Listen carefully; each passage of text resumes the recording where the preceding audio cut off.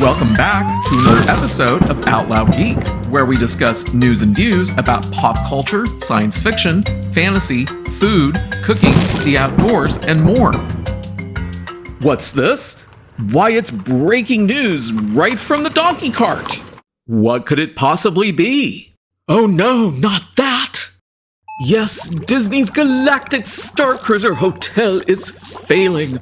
Oh, the horror for dismal Disney.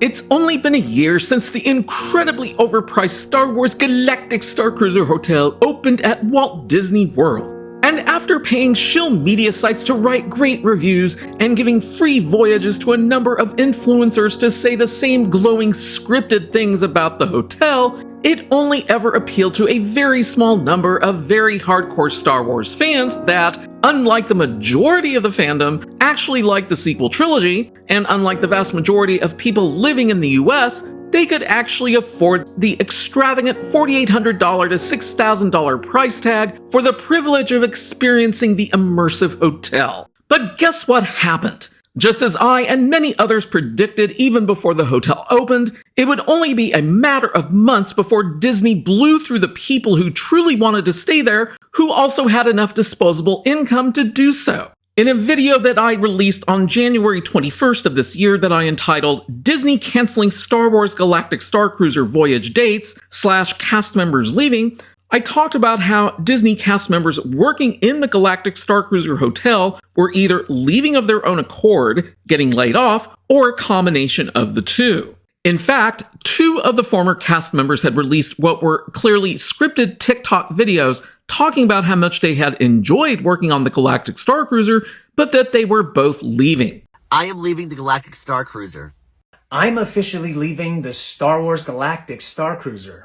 And at that time, it was also reported that Disney was canceling a number of voyages through the summer months to consolidate the guests into a smaller number of voyages to save money. Now Disney is taking that a step further. Beginning in October, Disney will be limiting the total number of voyages to only 2 per week instead of having them running every day. Thus, voyages will only start on Fridays and Sundays beginning in October, but holiday weeks like Thanksgiving and Christmas will include an extra voyage on Tuesday. Disney released a statement that reads, "We've been learning a lot during our first year of operation and have adjusted voyage dates to meet the needs of our guests."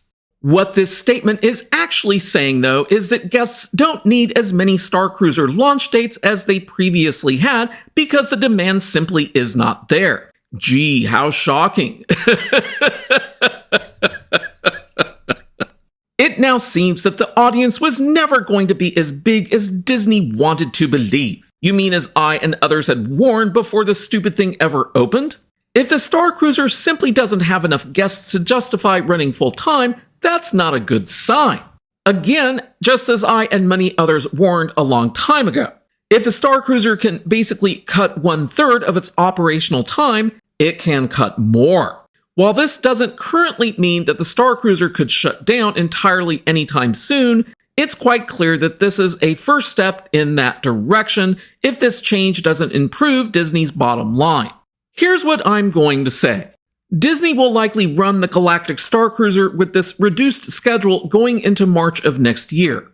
If those reduced voyage dates don't fill up as Disney hopes they will, reducing the voyages even further to, say, 1 voyage per week will likely place the hotel into a situation where it simply can't earn enough money to cover its costs, even if those further reduced voyage dates become fully booked. But Disney has several other options. First, rework the experience to be based on the original trilogy or prequel trilogy, or perhaps do both and alternate between the two. Second, lower the exorbitant price tag to something that would be far more affordable to a lot more people. Third, turn it into a dinner theater. Or fourth, give up and shut the hotel down before losing even more money. When Disney decided to create the Galactic Starcruiser Hotel and only base it on the sequel trilogy, and set prices so high that only a handful of people could ever afford it, they set the thing up to fail long before its doors first opened in March of last year.